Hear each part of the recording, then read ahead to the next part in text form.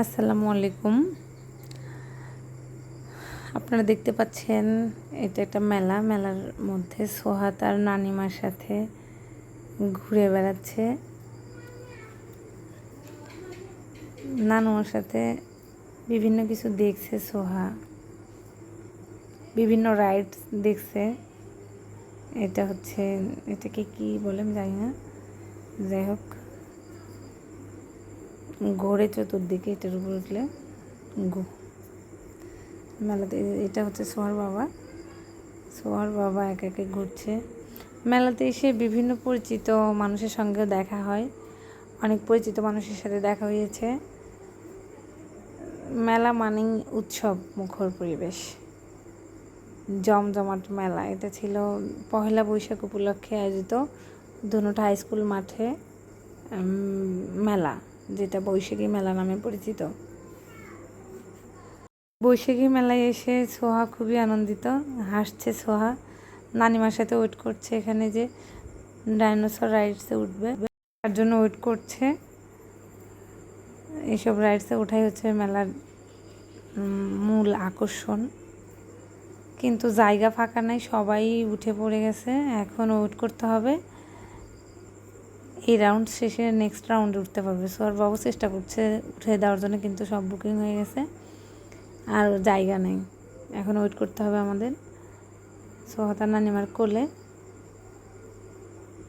সবাই উঠে পড়ছে বাচ্চাদেরকে নিয়ে। আসলে মূলত বৈশাখী মেলার বিভিন্ন রাইডস বাচ্চাদের জন্যই, কিন্তু বাচ্চারা তো একা উঠতে পারে না, যার কারণে গার্ডিয়ানদেরও উঠতে হয়। মা বাবা বা অভিভাবক অন্য কারোর সঙ্গে উঠতে হয়, একা একা উঠে ওরা ব্যালেন্স করতে পারে না, পড়ে যেতে পারে। এই রিস্কটা কেউ নিতে চায় না, যার কারণে বাবা বা মা বা অন্য কেউ বাচ্চাদেরকে নিয়ে উঠতে হয়। নিজেদের না চাইলেও দেখা যায় যে এইসব রাইডসে বাচ্চাদের জন্য হলে উঠতে হয়। এই যে পেছনে দেখা যাচ্ছে নাগরদোলা, ম্যাজিক নৌকা, আর বিভিন্ন যে বেলুন, খাবারের দোকানগুলো, পুরো মাঠ জুড়ে মানুষ এই যে ঘুরছে রাইডসটা।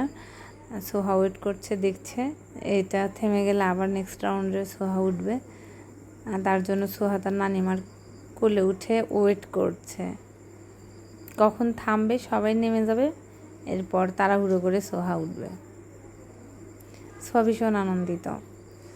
মেলাতে সোহা দিনে 2-3 বার যায়, রাতেও যায়। রাতেও তাকে নিয়ে যেতে হয়, কারণ অনেক কান্না করে, শুধু একটাই কথা বলে, জেদ করে, আর অনেক কান্না করে, আর বলে আমি মেলায় যাব। বাধ্য হয়ে আমরা নিয়ে যাই বা নিয়ে যেতে হয়। এটা ছিল দিনের বেলা জমজমাট ছিল মেলা।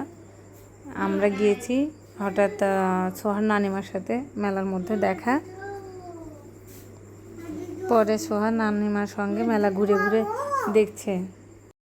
সোহা এই যে ওয়েট করতেছে, সোহার অপেক্ষার পালা যেন শেষই হচ্ছে না।